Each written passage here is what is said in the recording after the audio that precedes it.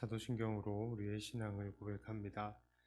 전능하사 천지를 만드신 하나님 아버지를 내가 믿사오며 그 외아들 우리 주 예수 그리스도를 믿사오니 이는 성령으로 잉태하사 동정녀 마리아에게 나시고 본디오 빌라도에게 고난을 받으사 십자가에 못 박혀 죽으시고 장사한 지 사흘 만에 죽은 자 가운데서 다시 살아나시며 하늘에 오르사 전능하신 하나님 우편에 앉아 계시다가 저리로서 산자와 죽은 자를 심판하러 오시리라.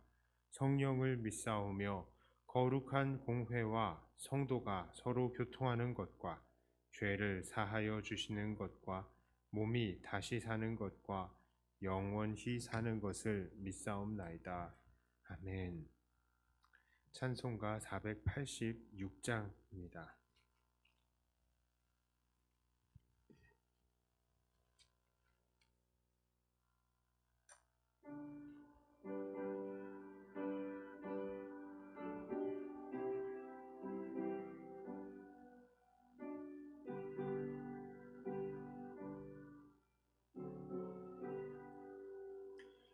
이 세상에 근심될 일이 많고 참 평안일 몰랐구나. 내 주 예수 나로라 부르시니 곧 평안히 쉬리로다. 주 예수의 구원의 은혜로다. 참 기쁘고 즐겁구나. 이 은혜를 영원히 누리겠네. 곧 평안히 쉬리로다. 이 세상에 곤고한 일이 많고 참 쉬는 날 없었구나. 내 주 예수 날 사랑하시오니 곧 평안히 쉬리로다. 주 예수의 구원의 은혜로다. 참 기쁘고 즐겁구나. 그 은혜를 영원히 누리겠네. 곧 평안히 쉬리로다. 이 세상에 죄악된 일이 많고 참 죽일 일 쌓였구나. 내 주 예수 날 건져주시오니 곧 평안히 쉬리로다. 주 예수의 구원의 은혜로다. 참 기쁘고 즐겁구나. 이 은혜를 영원히 누리겠네. 곧 평안히 쉬리로다.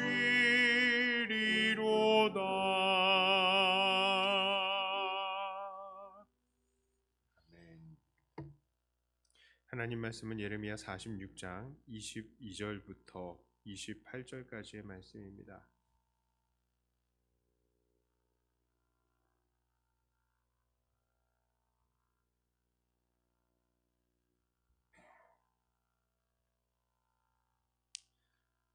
이 말씀을 저와 여러분들이 한 절씩 나누어서 읽습니다. 애굽의 소리가 뱀의 소리 같으리니 이는 그들의 군대가 벌목하는 자 같이 도끼를 가지고 올 것임이라.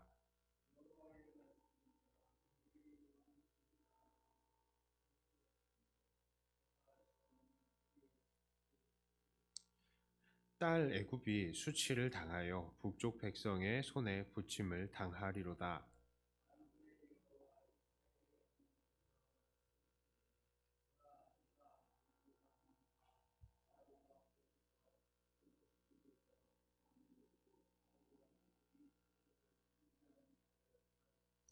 내가 그들의 생명을 노리는 자의 손, 곧 바벨론의 느부갓네살 왕의 손과 그 종들의 손에 넘기리라. 그럴지라도 그 후에는 그 땅이 이전같이 사람 살 곳이 되리라. 여호와의 말씀이니라.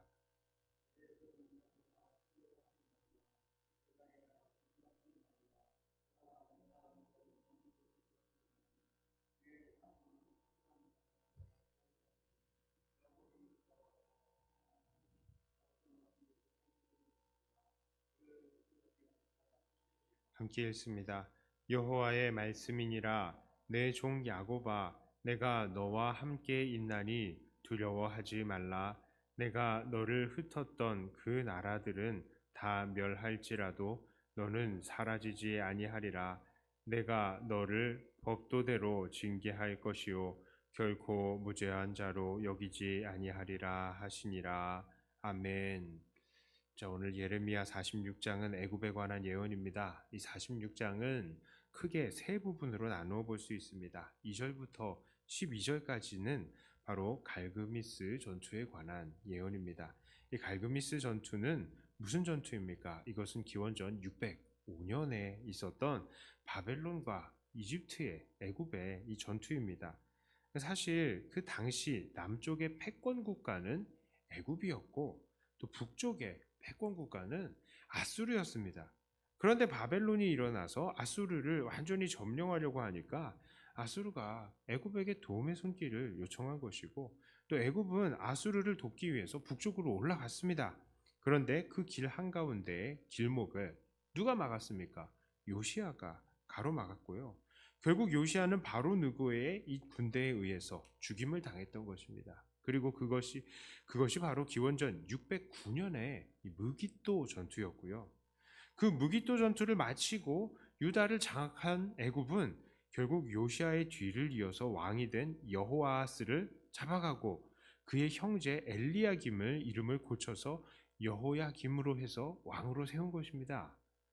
자, 그리고 그 전투부터 4년 뒤에 여호야김 제4년에 애굽 군대는 다시 아수르를 돕기 위해서 북상합니다. 그래서 바로 바벨론과 싸웠던 싸움, 그 싸움이 바로 기원전 605년의 갈그미스 전투였던 것입니다. 자, 예레미야는 바로 그 갈그미스 전투가 애굽의 패배로 끝날 것에 대해서 2절부터 12절까지 예언을 하고 있는 거예요. 자, 그리고 13절부터 26절까지의 이 두 번째 부분은 바로 반대로 북쪽의 바벨론이 남쪽 애굽으로 쳐들어오는 장면을 묘사하고 있습니다. 자, 이것은 기원전 568년에 있었던 사건이에요. 그리고 하나님께서는 예레미야를 통해서 그 전쟁도 애굽의 패배가 될 것이다 라는 것을 말씀하십니다. 그리고 예레미야 46장의 세 번째 단락은 바로 27절과 28절 두 절의 말씀입니다. 이것은 무슨 내용을 담고 있습니까? 27, 28절이요. 제가 다시 읽어드립니다. 내 종 야곱아 두려워하지 말라. 이스라엘아 놀라지 말라. 보라 내가 너를 먼 곳에서 구원하여 네 자손을 포로된 땅에서 구원하리니 야곱이 돌아와서 평안하여 걱정 없이 살게 될 것이라. 그를 두렵게 할 자 없으리라. 여호와의 말씀이니라. 내 종 야곱아 내가 너와 함께 있나니 두려워하지 말라. 내가 너를 흩었던 그 나라들은 다 멸할지라도 너는 사라지지 아니하리라. 내가 너를 법도대로 징계할 것이요 결코 무죄한 자로 여기지 아니하리라 하시니라. 자, 그렇습니다. 하나님께서는 이렇게 애굽이 바벨론에 의해서 크게 무너지고 난 그 이후에도 이스라엘 사람들이 포로가 되었다 하더라도 결국 그들을 완전히 멸망시키지는 않으시고 딱 법대로만 징계받게 하시고 다시 돌아오게 하겠다. 그런 것이죠. 그러니까 27절 초반의 말씀처럼 두려워하지 말라는 것입니다. 저는 오늘 이 말씀을 보면서 애굽과 바벨론 그리고 그 사이에 낀 유다의 상황 그리고 그 유다의 백성들을 향하신 하나님의 예언 이 내용들을 통해서 마치 오늘 우리가 이 대한민국의 이 처한 상황, 이것을 한번 생각해 보았습니다. 오늘 우리 대한민국에는 어떤 일들이 일어나고 있습니까? 중국과 미국이 또 서로 자기들의 패권 국가가 되려고 다투고 있죠. 그러면서 그 사이에 한국을 두고 서로 한국 너 우리 편이 되라 이렇게 이야기를 합니다. 서로 군사 경제적인 이득을 주거나 또 제한을 가함으로써 우리나라를 압박하고 있죠. 이건 마치 애국과 바벨론 사이에 이 외세에 의해서 그들의 왕이 바뀌어가면서까지 그들에게 아무 말도 못하고 바보같이 서 있는 남유다의 모습과도 같은 것입니다. 어떤 사람들은 이런 환경 속에서 아무래도 지리적으로 가까운 이 중국에 친하게 지내야 된다라고 주장하는 사람이 있는가 하면, 또 어떤 사람들은 우리를 계속해서 도와준 이 자유진영의 선두주자인 미국을 의지해야 된다라는 사람도 있습니다. 그러나 이러한 상황 속에서 우리가 의지해야 할 것은 분명히 중국도 아니고 미국도 아닙니다. 우리들이 의지해야 하는 것은 바로 우리 하나님뿐입니다. 하나님은요, 중국 편도 아니시고 미국 편도 아니십니다. 하나님은 하나님의 편이시고요. 하나님을 반대하는 자들을 멸하시는 분이십니다. 그리고 오직 그의 백성들을 구하시는 것이죠. 그렇기 때문에 우리가 하나님을 의지할 때에 우리가 안심을 할 수 있는 것입니다. 또한 앞으로 이렇게 중국과 미국이 아닐지라 하더라도요, 우리가 살아가는 많은 세월 속에서 이러한 일들은 계속해서 반복해서 일어날 것입니다. 애국과 같이, 바벨론과 같이 우리들의 의지가 될 만한 세력들은 계속해서 나타날 거예요. 중국이 아니면 또 뭐 인도가 될 수도 있고, 또 다시 일본이 될 수도 있고, 러시아가 될 수도 있고, 수많은 나라들이 일어날 것입니다. 그리고 그들은요, 계속해서 우리들의 눈과 귀를 가리우고 서로 우리를 자기 편으로 끌어들이려고 할 것이고요.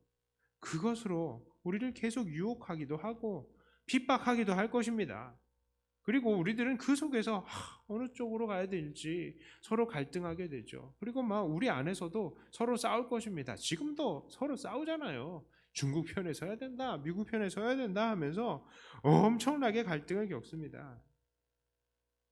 자, 우리가 당할 이 모든 일들은요, 사실 예수님께서도 미리 말씀해 주셨습니다. 요한복음 16장 33절에 이렇게 말씀하세요. 이것을 너희에게 이르는 것은 너희로 내 안에서 평안을 누리게 하려 함이라. 세상에서는 너희가 환난을 당하나 담대하라. 내가 세상을 이기었노라. 그래요. 우리 예수님께서는요, 우리가 이 세상에서는 환난을 당할 것이다라고 말씀을 하셨습니다. 정말 그렇죠. 주님의 이 예언이 오늘날 우리들에게도 계속 일어나고 있습니다. 처처에 기근과 전쟁과 핍박이 일어나고 있죠. 부모가 자식이 부모를 잡아들이려고 합니다. 적그리스도가 곳곳에서 나타나고 있죠. 그러면서 그들은 저마다 이 어려운 시대를 살아가면서 자기들이 가야 하는 길을 따라가야 한다라고 말을 합니다. 예. 어떤 사람은 지식을 따르라라고 하고요. 어떤 사람은 기적을 따르라라고 하고, 어떤 사람은 돈을 따르라라고 합니다. 각자의 나라도 아니고요. 이거는 또 다른 영적인 세력들이 우리를 둘러싸고, 야, 너는 우리 편이 되라 이러고 있죠. 참으로 우리 믿는 사람들에게는 혼란스러운 시대인 것입니다. 우리는 이런 현상들을 바라볼 때에 두려워할 수 있죠. 그러나 주님께서는 우리에게 왜 이런 말씀을 미리 하셨습니까? 우리가 두려워서 떨게 하기 위해서입니까? 아닙니다. 바로 담대하게 하기 위해서였습니다. 주님의 예언은 마치 아직 완전히 이루어지지 않는 바벨론의 이 정복 앞에서도 두려워하지 말고 그냥 미리 그날을 준비하라라고 했었던 그 예레미야의 말씀과 똑같은 그런 역할을 하고 있었던 거예요. 자, 이제 말씀을 정리해 봅니다. 오늘 우리들은 이 예레미야를 통해서 애굽과 바벨론에 대해서 이야기를 하면서 결국 하나님의 백성들을 구원하시겠으니 안심하라 라고 하신 이 하나님의 말씀을 통해서 이 세상에서 우리 믿는 자들이 환난을 당하지만 이미 주님께서 세상을 이기셨으니 담대하라 라고 명령하신 그 예수님의 명령을 보았습니다. 자, 우리 하나님은 어떠한 하나님이십니까? 우리 하나님은요, 우리의 진정한 피난처가 되십니다. 우리가 그러므로 오늘 어떻게 살아야 하겠어요? 우리 앞에 어떠한 일이 일어난다 할지라도 우리는 놀라지 말아야 됩니다. 이거는 당연한 일이에요. 어떠한 세력들이 나타납니다. 그 세력은 나라가 될 수도 있고 또 여러 가지 영적인 세력들이 될 수 있고 국가의 권력이 될 수도 있고 우리 믿는 자들을 계속해서 흔들어 낼 것입니다. 그러나 그 속에서 우리는 어떻게 해야 합니까? 우리의 피난처이신 하나님을 나의 피난처로 삼아야 하는 것입니다. 오늘도 이 풍파 많은 세상 속에서 오직 우리 하나님을 피난처로 삼아서 담대히 살아가시며 또한 안심하시기로 결단하시는 사랑하는 하나님의 백성된 저와 여러분들 다 되시기를 주님의 이름으로 축복합니다. 기도합니다. 하나님, 세상은 참으로 어지럽습니다. 이곳 저곳에서 세력들이 일어납니다. 나라들이 일어납니다. 그리고 우리 믿는 사람들을 혼란스럽게 합니다. 네가 우리 편이 되어야지 하면서 말입니다. 그러나 우리가 누구의 편이 되겠습니까? 하나님, 우리는 중국 편도 미국 편도 아니고 일본 편도 아니고 러시아 편도 아니고 또한 세상의 여러 가지 권력의 편도 아니고 유혹의 편도 아닙니다. 우리들은 하나님의 편이 되어야 할 것입니다. 하나님의 자녀로서 하나님께서 원하시는 대로 살아가며 하나님께서 기뻐하실 만한 행동들로 날마다 하나님 앞에 거룩한 산제물을 올리는 우리들이 되게 하여 주시옵소서. 하나님을 우리의 피난처로 삼을 때에 하나님께서는 우리에게 평안을 주시고 또한 이 험한 세상에서 흔들리지 않는 믿음을 주실 줄 믿습니다. 하나님, 요란하고 혼란한 세상 속에서 하나님을 피난처로 삼고 늘 안심하는 우리들이 되게 하여 주시옵소서. 감사합니다. 이 시간에 또한 기도할 때에 주님과 깊은 교제를 가지며 하나님의 그 놀라운 은혜를 오늘도 또 입술로 고백할 수 있는 이 기도의 시간이 되게 해 주시옵소서. 감사드리며 우리 주 예수님 이름으로 간절히 기도드리옵나이다. 아멘. 하늘에 계신 우리 아버지여, 이름이 거룩히 여김을 받으시오며 나라의 임하옵시며 뜻이 하늘에서 이룬 것 같이 땅에서도 이루어지이다. 오늘날 우리에게 일용할 양식을 주옵시고 우리가 우리에게 죄 지은 자를 사하여 준 것 같이 우리 죄를 사하여 주옵시고 우리를 시험에 들게 하지 마옵시고 다만 악에서 구하옵소서. 대개 나라와 권세와 영광이 아버지께 영원히 있사옵나이다. 아멘. 받은 말씀 가지고 또 교회를 위해서 기도하시고 각자 가지고 나오신 기도 제목으로 기도하시다가 들어가도록 하겠습니다.